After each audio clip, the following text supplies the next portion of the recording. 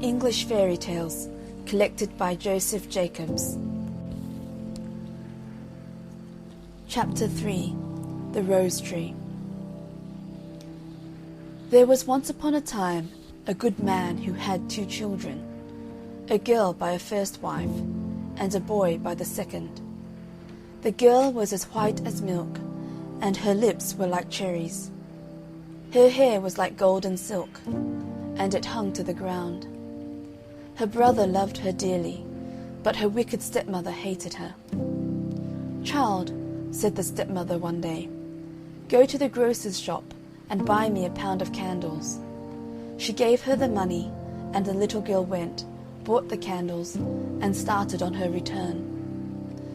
There was a stile to cross. She put down the candles whilst she got over the stile. Up came a dog and ran off with the candles.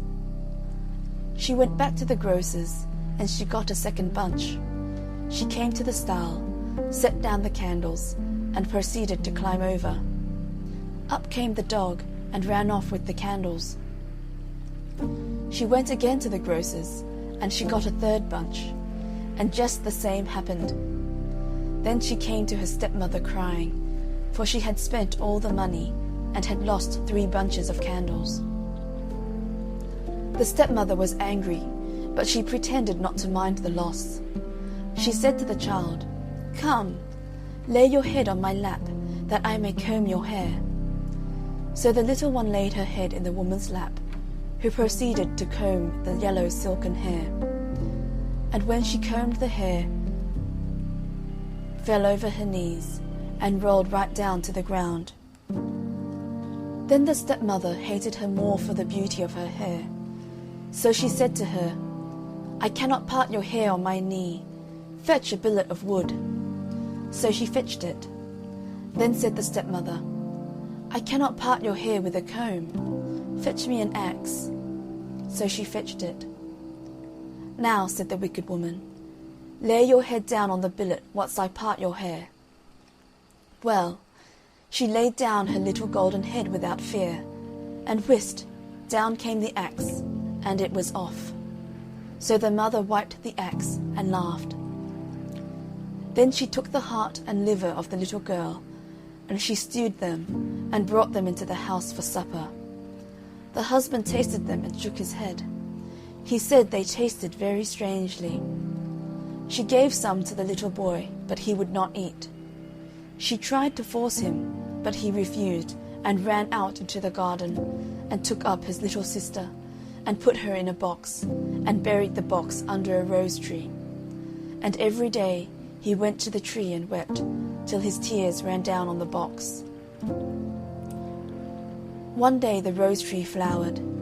It was spring, and there among the flowers was a white bird, and it sang and sang and sang like an angel out of heaven.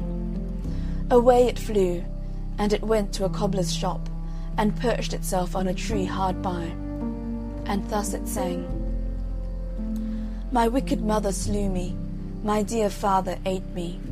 My little brother whom I love sits below, and I sing above, stick, stock, stone dead." "Sing again that beautiful song," said the shoemaker, "if you will first give me those little red shoes you are making." The cobbler gave the shoes, and the bird sang the song, then flew to a tree in front of a watchmaker's, and sang: "My wicked mother slew me, my dear father ate me. My little brother whom I love sits below, and I sing above, stick, stock, stone dead." "Oh, the beautiful song! Sing it again, sweet bird," asked the watchmaker.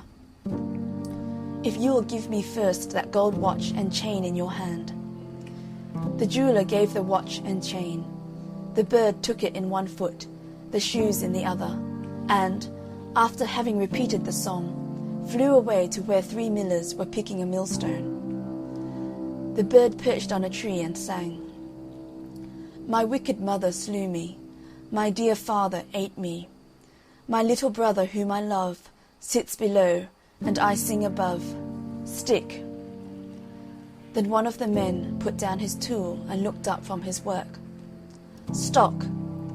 Then the second miller's man laid aside his tool and looked up. Stone. Then the third miller's man laid down his tool and looked up. Dead. Then all three cried out with one voice, "Oh, what a beautiful song! Sing it, sweet bird, again." "If you will put the millstone round my neck," said the bird. The men did what the bird wanted, and away to the tree it flew with the millstone round its neck, the red shoes in one foot, and the gold watch and chain in the other. It sang the song, and then flew home. It rattled the millstone against the eaves of the house, and the stepmother said, "It thunders." Then the little boy ran out to see the thunder, and down dropped the red shoes at his feet. It rattled the millstone against the eaves of the house once more, and the stepmother said again, "It thunders." Then the father ran out, and down fell the chain about his neck. In ran father and son, laughing and saying, "See what fine things the thunder has brought us." Then the bird rattled the millstone against the eaves of the house a third time, and the stepmother said, "It thunders again. Perhaps the thunder has brought something for me." And she ran out, but the moment she stepped outside the door, down fell the millstone on her head, and so she died.